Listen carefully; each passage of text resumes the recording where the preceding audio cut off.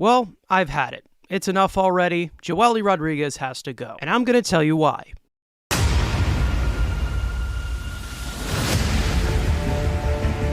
3-2, Vader. Swings and misses, strike three. He struck him out. 5 Met pitchers combined for the second no-hitter in New York Mets history. So a few days before opening day, the Mets traded for Joely Rodriguez in exchange for Miguel Castro. Now, initially, I did not really like this decision, mainly because of the tremendous upside that came with Miguel Castro. But there was more of a sense of him being more of a project reliever, and it just didn't really seem like it wasn't in the best interest for the Mets, who were trying to contend. Joely at the time was just the better option for us. The Mets needed a lefty, the Yankees needed a right. And don't get me wrong, Joely has fantastic stuff. Sinker, changeup, slider, all great for contact management.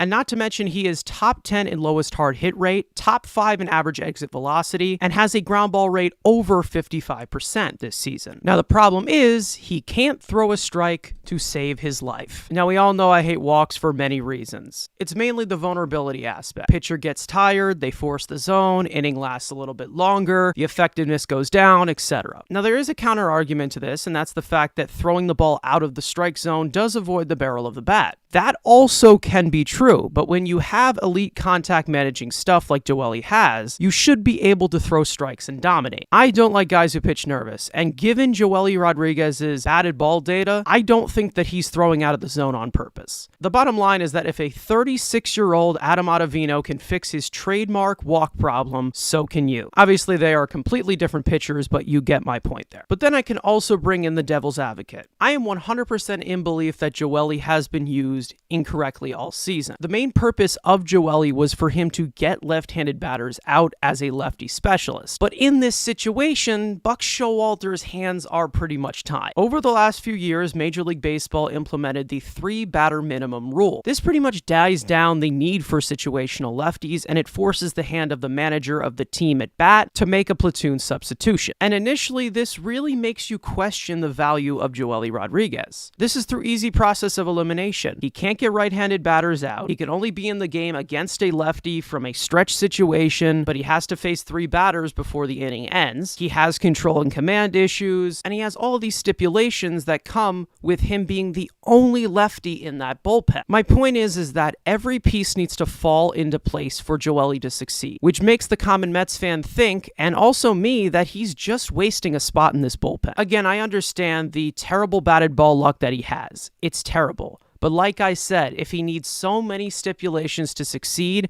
and he also can't throw a strike, what's the point of him being here? And the Mets do have other lefty options who can throw strikes. They can manage contact to the near likes of Joely Rodriguez, not as much as him, and they can also get right-handed batters out. Joey Lucchesi, who will be back in a few days after coming off Tommy John surgery, has a very similar contact management to Rich Hill. There's Josh Walker, who still has not gotten a shot yet, and he can also do the same as well. Alex Claudio has had a problem against right-handed hitters before. It's gotten better over the years, and he induces ground balls extremely well with his funky delivery. And then David Peterson might also move to the bullpen in the postseason. He can also pitch multiple innings as a lefty reliever. Now, even though none of those guys have the elite contact management as Joely, they still can do the job. The Mets really do need more versatility from their lefty relievers, and those options provide that over Joely Rodriguez. I understand Joely Rodriguez has been pretty much set up to fail this year, but at the end of the day, baseball is a business. If you're not getting the job done, and you're showing very exploitable weaknesses, and you're having such a big process of elimination for you to actually succeed, you really have to go. It's plain and simple. We're in the middle of September baseball here, and all it comes down to is the fact of who can you trust in that bullpen. Joely Rodriguez is not one of them. Over the last 25 appearances he's had, even in that span, you're not even seeing good batted ball metric peripherals. Even though FIP and Sierra do have their flaws, it can give you a little bit more of a balanced evaluation from cold hard results. As we currently stand, the Mets have a magic number of 8 to clinch a playoff spot. This means that from here on out, the amount of Mets wins and Brewers losses, who are just out of the wild card,